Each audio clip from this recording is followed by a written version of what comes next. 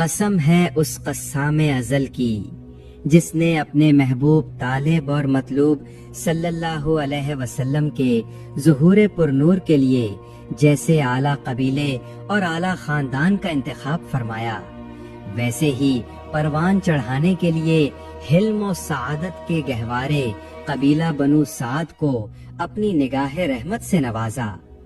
یوں اس قبیلے کی سوئی ہوئی تقدیر بھی انگڑائی لے کر جاگ اٹھی۔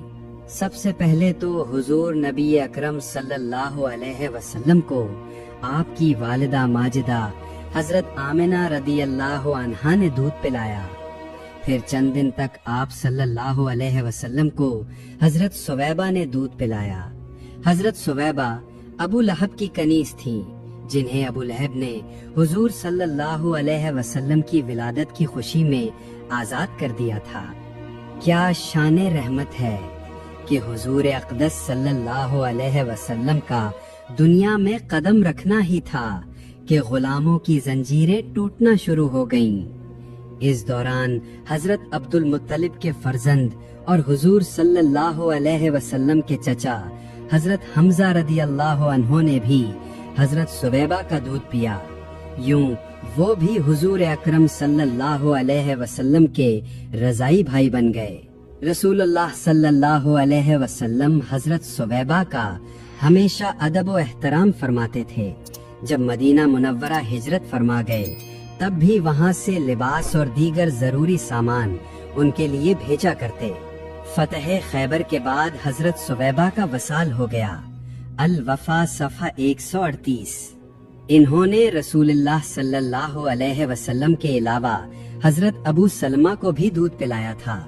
ان کے اپنے بیٹے کا نام مسروح تھا، جو رسول اللہ صلی اللہ علیہ وسلم کا رضائی بھائی بن گیا۔ حضرت علامہ خطیب اور حضرت علامہ ابن عساقر نے اپنی تاریخ میں حضرت عباس رضی اللہ عنہ سے روایت نقل کی ہے۔ وہ فرماتے ہیں، میں نے بچپن میں دیکھا کہ آپ صلی اللہ علیہ وسلم گہوارے میں چاند سے باتیں کرتے تھے۔ اپنی انگلی سے اشارہ کرتے تو جس طرف اشارہ کرتے چاند جھک جاتا تھا۔ رسول اللہ صلی اللہ علیہ وسلم نے فرمایا، ہاں میں چاند سے باتیں کرتا تھا اور چاند مجھ سے باتیں کرتا تھا۔ وہ مجھے رونے سے بہلاتا تھا، اور جب عرش الہی کے نیچے سجدہ کرتا تو میں اس کی تسبیح کی آواز سنتا تھا۔ حصائص کبریٰ صفحہ 133۔ حضرت سویبہ کے بعد آپ صلی اللہ علیہ وسلم کو حضرت حلیمہ سعدیہ نے دودھ پلایا۔ مختصر سیرت الرسول صفحہ 34۔ حضرت حلیمہ کے والد کا نام تھا ابو زویب عبداللہ بن حارث بن مجنہ، اور آپ کے شوہر تھے حارث بن عبدالعزیٰ بن رفاع۔ آپ کی اولاد میں شامل تھے عبداللہ، انیسہ اور خدامہ یعنی شیمہ۔ یہ سب حضور اکرم صلی اللہ علیہ وسلم کے رضائی بھائی بہن تھے۔ الوفا صفحہ 139۔ حضرت حلیمہ فرماتی ہیں، میں بنو سعد بن ابی بکر کی عورتوں کے ساتھ مکہ آئی۔ اس وقت شدید خشک سالی تھی اور ہم سب شیر خوار بچوں کی تلاش میں تھے۔ میں ایک کمزور اور لاغر گدھے پر سوار تھی۔ اس کا رنگ سبزی مائل تھا اور وہ باقی سواریوں سے پیچھے رہ جاتا۔ ساتھ ایک چھوٹا بچہ تھا، ایک اونٹنی جس کے تھنوں میں دودھ کا ایک قطرہ بھی نہ تھا۔ رات بھر ہم نہ سو سکے کیونکہ میرے پستانوں میں بھی دودھ نہ تھا۔ حضرت حلیمہ کہتی ہیں، خدا کی قسم کوئی ایسی عورت نہ تھی جس کے سامنے حضور صلی اللہ علیہ وسلم کو نہ لایا گیا ہو، لیکن سب نے انکار کر دیا کیونکہ وہ یتیم تھے۔ لیکن حقیقت یہ تھی کہ اللہ کے محبوب صلی اللہ علیہ وسلم ان سب کو قبول نہ فرما رہے تھے، کیونکہ وہ دیکھ رہے تھے کہ ایک مفلوق الحال عورت یعنی حضرت حلیمہ آنے والی ہے۔ حضرت حلیمہ کہتی ہیں، میرے دل کو برا لگا کہ سب عورتیں تو بچوں کو لے کر واپس جائیں اور میں خالی ہاتھ رہ جاؤں، تو میں نے اپنے شوہر سے کہا، کیوں نہ ہم اس یتیم بچے کو لے لیں۔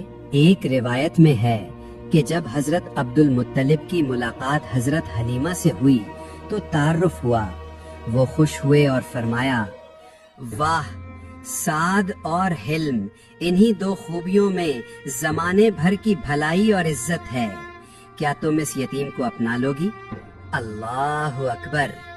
یہ وہ لمحہ تھا جب قدرت نے فیصلہ کر لیا کہ رسول اکرم صلی اللہ علیہ وسلم کو حلیمہ کے آغوش محبت میں سونا ہے۔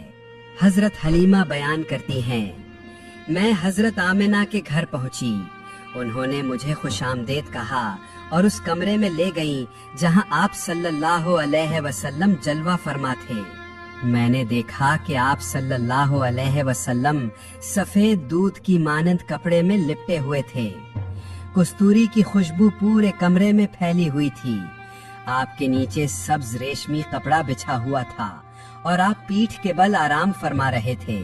آپ اتنے حسین و جمیل لگ رہے تھے کہ میں آپ کو جگانے میں ہچکچا رہی تھی۔ میں نے آہستہ آہستہ آپ کے قریب جا کر ہاتھ سینے پر رکھا تو آپ مسکرا دیے اور اپنی آنکھیں کھول کر مجھے دیکھنے لگے۔ اس لمحے آپ صلی اللہ علیہ وسلم کی آنکھوں سے ایسا نور نکلا جو آسمانوں تک پھیل گیا۔ میں نے آپ کی آنکھوں کو بوسہ دیا اور دودھ پلانا شروع کیا۔ آپ نے ایک ہی پستان سے دودھ پیا، دوسرے سے انکار کر دیا۔ یہی عدل و انصاف کی پہلی تعلیم تھی کہ اپنے رضائی بھائی کا بھی حق محفوظ رکھا۔ پھر میں آپ صلی اللہ علیہ وسلم کو سواری کے پاس لائی۔ میرے شوہر نے اونٹنی کو دیکھا، اس کے تھن دودھ سے بھرے ہوئے تھے۔ ہم نے سیر ہو کر پیا اور اس رات سکون کی نیند سوئے۔ میرے شوہر نے کہا، اے حلیمہ، خدا کی قسم یہ بچہ بہت مبارک ہے۔ کیا تم نے محسوس نہیں کیا جس دن سے ہم نے یہ بچہ لیا ہے ہماری راتیں سکون اور برکت سے گزرنے لگی ہیں۔ انوار محمدیہ صفحہ 45، خصائص کبریٰ جلد 1 صفحہ 124۔ قبیلہ بنو سعد میں آمد۔ قبیلہ بنو سعد بن ابی بکر بنو حوازن کی ایک شاخ تھا۔ یہ قبیلہ اپنی عربی زبان، فصاحت و بلاغت اور شجاعت میں لاجواب مانا جاتا تھا۔ ایک دن حضرت صدیق اکبر رضی اللہ عنہ نے عرض کیا، یا رسول اللہ، میں نے آپ سے زیادہ فصیح کوئی نہیں دیکھا۔ تو نبی کریم صلی اللہ علیہ وسلم نے فرمایا، وما یمنعونی وانا من قریش واردعت فی بنی سعد۔ مجھے فصیح ہونے سے کیا چیز روک سکتی ہے جبکہ میں قریش میں پیدا ہوا ہوں اور میرا زمانہ رضاعت قبیلہ بنو سعد میں گزرا ہے۔ اہل قریش میں یہ رواج تھا کہ وہ اپنے بچوں کو صحرائی دائیوں کے سپرد کر دیتے تھے تاکہ ان کے بچے صحرائی زندگی میں پروان چڑھیں اور شہروں کی نرمی اور آرام طلبی سے بچے رہیں۔ اس کے 3 بڑے فائدے سمجھے جاتے تھے۔ ایک، بچے فصاحت و بلاغت میں بے مثال ہو جاتے۔ دوسرا، عورتیں گھریلو کام کاج اور مہمان نوازی کے لیے فارغ ہوتی۔ تیسرا، بچے جفاکش، بہادر اور گھڑ سواری و نیزہ بازی میں ماہر ہوتے۔ جیسا کہ علامہ اقبال نے کہا ہے، فطرت کے مقاصد کی کرتا ہے نگہبانی، یا بندائے صحرائی یا مرد کہستانی۔ حضرت حلیمہ سعدیہ فرماتی ہیں، جب میں نے آمنہ سے رخصت لی اور آپ کو اپنی گود میں لیا تو میری کمزور اور لاغر سواری سب سواریوں سے آگے نکل گئی، وہ سب حیران رہ گئیں۔ انوار محمدیہ صفحہ 46۔ امام علی قاری لکھتے ہیں کہ حضرت حلیمہ بیان کرتی ہیں، میری سواری نے 3 مرتبہ کعبے کی طرف سجدہ کیا، پھر آسمان کی طرف سر اٹھایا اور تیزی سے چل پڑی۔ عورتیں حیرت سے کہنے لگیں، اے ابو زویب کی بیٹی، کیا یہ وہی کمزور سواری ہے جس پر تم ہمارے ساتھ آئی تھی؟ آج یہ سب پر سبقت لے گئی۔ حضرت حلیمہ کہتی ہیں، میں نے کہا ہاں، خدا کی قسم یہ وہی سواری ہے، لیکن اس کی شان تو بدل گئی ہے۔ پھر میری سواری بولی، ہاں میری شان ہے کہ اللہ نے مجھے موت کے بعد دوبارہ زندہ کیا۔ میری کمر پر وہ سوار ہے جو تمام نبیوں سے افضل ہے، جو رسولوں کے سردار ہیں، اولین و آخرین کے امام ہیں اور رب العالمین کے محبوب ہیں۔ حضرت حلیمہ فرماتی ہیں، اللہ کی قسم ہمارے قبیلے میں اس وقت سے خوشحالی آ گئی۔ ہماری بکریاں دن بھر چرا کر شام کو لوٹتی تو ان کے پیٹ بھرے ہوتے، حالانکہ دوسرے قبیلے کی بکریاں بھوکی واپس آتی اور ان کے تھن خالی رہتے۔ المورد الروی صفحہ 344۔ اس برکت سے ہمارے مویشی بڑھ گئے اور قبیلے میں عزت و عظمت میں اضافہ ہو گیا۔ شاعر نے کیا خوب کہا ہے، لقد بلغت بالحاشمہ حلیمۃ مقاما علا فی ذروۃ العز والمجد۔ مصطفیٰ کے دم سے حضرت حلیمہ نے وہ مقام پایا جو عزت و عظمت کی بلند چوٹی ہے۔ اللہ دوستوں بس ایک منٹ رکیے، آپ نے یہ سنا حضور صلی اللہ علیہ وسلم کا زمانہ رضاعت کس طرح قبیلہ بنو سعد نے گزرا۔ یہ قبیلہ جسے اللہ تعالیٰ نے اپنے محبوب صلی اللہ علیہ وسلم کے لیے منتخب فرمایا، حضور صلی اللہ علیہ وسلم کو دودھ پلانے اور پروان چڑھانے کے لیے اپنی رحمت بھری نگاہ سے نوازا۔ دوستوں سب سے پہلے آپ صلی اللہ علیہ وسلم کو حضرت آمنہ نے دودھ پلایا، پھر حضرت صہیبہ ابو لہب کی آزاد کنیز، اور بعد میں حضرت حلیمہ سعدیہ نے۔ دوستوں حضرت حلیمہ فرماتی ہیں، ہم ایک کمزور اور لاغر سواری پر آئے، لیکن اللہ کی برکت سے یہ سواری سب پر سبقت لے گئی۔ دوستوں یہی نہیں، حضرت حلیمہ فرماتی ہیں، مصطفیٰ صلی اللہ علیہ وسلم کے آنے کے بعد ہمارے قبیلے میں خوشحالی آ گئی، بکریاں تھن سے بھری ہوتی اور عزت و عظمت میں اضافہ ہوا۔ دوستوں آپ نے یہ سنا، حضور صلی اللہ علیہ وسلم کی برکت سے کمزور سواری نے سب پر سبقت حاصل کی اور قبیلہ بنو سعد کے گھر خوشحالی آ گئی۔ یہی معجزہ مصطفیٰ کی عظمت اور رحمت کی پہلی جھلک تھی۔ دوستوں آپ یہ سنیں گے کہ حضور صلی اللہ علیہ وسلم کے ایام طفولت میں کیا معجزہ ہوا جو ہر دل کو حیران کر دے۔ حضرت حلیمہ فرماتی ہیں، ایک دن آپ صلی اللہ علیہ وسلم بکریاں چرا رہے تھے کہ دو سفید پوش شخص آئے، حضور کو پکڑ کر زمین پر لٹا دیا اور آپ کے پیٹ کو چاک کیا۔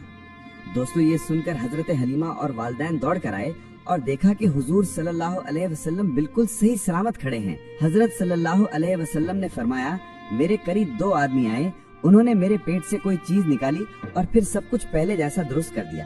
دوستوں اب آپ یہ سنیں گے اللہ تعالیٰ نے اپنے محبوب صلی اللہ علیہ وسلم کے قلب کو شیطانی اثرات سے کیسے پاک فرما۔ دوستوں یہ تو شروعات تھی، آگے آپ یہ سنیں حضور صلی اللہ علیہ وسلم کے بچپن کے اور بھی حیرت انگیز واقعات جو ہر دل کو منور کر دیں گے۔ آئیے حسن صاحب سے جانتے ہیں۔ جی حضرت حلیمہ بیان کرتی ہیں، ایک دن میں آپ صلی اللہ علیہ وسلم کو گود میں لیے بیٹھی تھی کہ بکریوں کا ایک ریوڑ گزرا۔ ریوڑ کی ایک بکری آگے آئی، اس نے آپ صلی اللہ علیہ وسلم کو سجدہ کیا، پھر آپ کے سر انور کو بوسہ دیا اور واپس ریوڑ میں جا ملی۔ سیرت نبویہ دہلان صفحہ 57۔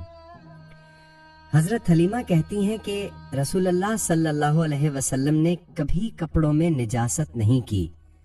آپ کا دہان مبارک ہمیشہ غیب سے پاک و صاف ہو جاتا، جب بھی سطر کھلتا تو خود حرکت کرتے یا غیب سے ڈھانپ دیا جاتا۔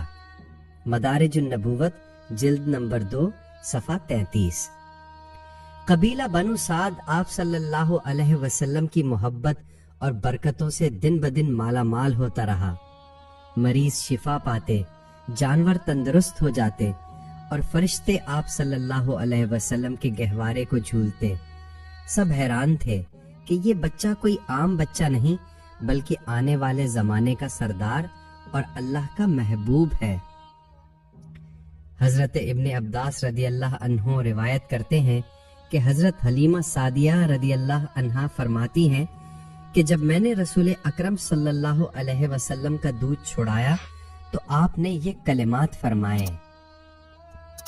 اللہ اکبر کبیرا والحمد للہ کثیرا وسبحان اللہ بکرتا واصیلا۔ صرف 2 سال کی عمر میں آپ صلی اللہ علیہ وسلم کھانے پینے والے لڑکے ہو گئے تھے۔ خصوصیات کبریٰ 1/135۔ جب آپ صلی اللہ علیہ وسلم دوسرے بچوں کو کھیلتے دیکھتے تو ان سے الگ ہو کر بیٹھ جاتے اور فرماتے کہ ہمیں کھیلنے کے لیے پیدا نہیں کیا گیا۔ آپ صلی اللہ علیہ وسلم کی رضائی بہن حضرت شیمہ روایت کرتی ہیں کہ جس زمانے میں آپ صلی اللہ علیہ وسلم ہمارے گھر قیام فرما تھے، ایک بادل کا ٹکڑا ہمیشہ آپ پر سایہ فگن رہتا۔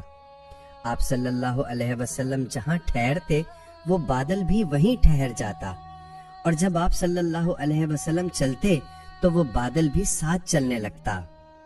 انوار محمدیہ صفحہ 37۔ حضرت حلیمہ رضی اللہ عنہا فرماتی ہیں، رسول اکرم صلی اللہ علیہ وسلم ایک دن میں اتنے بڑے ہو جاتے جتنا دوسرے بچے ایک مہینے میں بڑھتے، اور ایک مہینے میں اتنے بڑھ جاتے جتنا دوسرے بچے پورے سال میں بڑھا کرتے۔ جب آپ کی عمر 2 سال کی ہوئی تو باقی بچوں کے برعکس نہایت مضبوط اور توانا ہو گئے تھے۔ حضرت حلیمہ اور حضرت سعدیہ رضی اللہ تعالی عنہما نہایت محبت کے عالم میں آپ صلی اللہ علیہ وسلم کو لوریاں دیا کرتی تھیں۔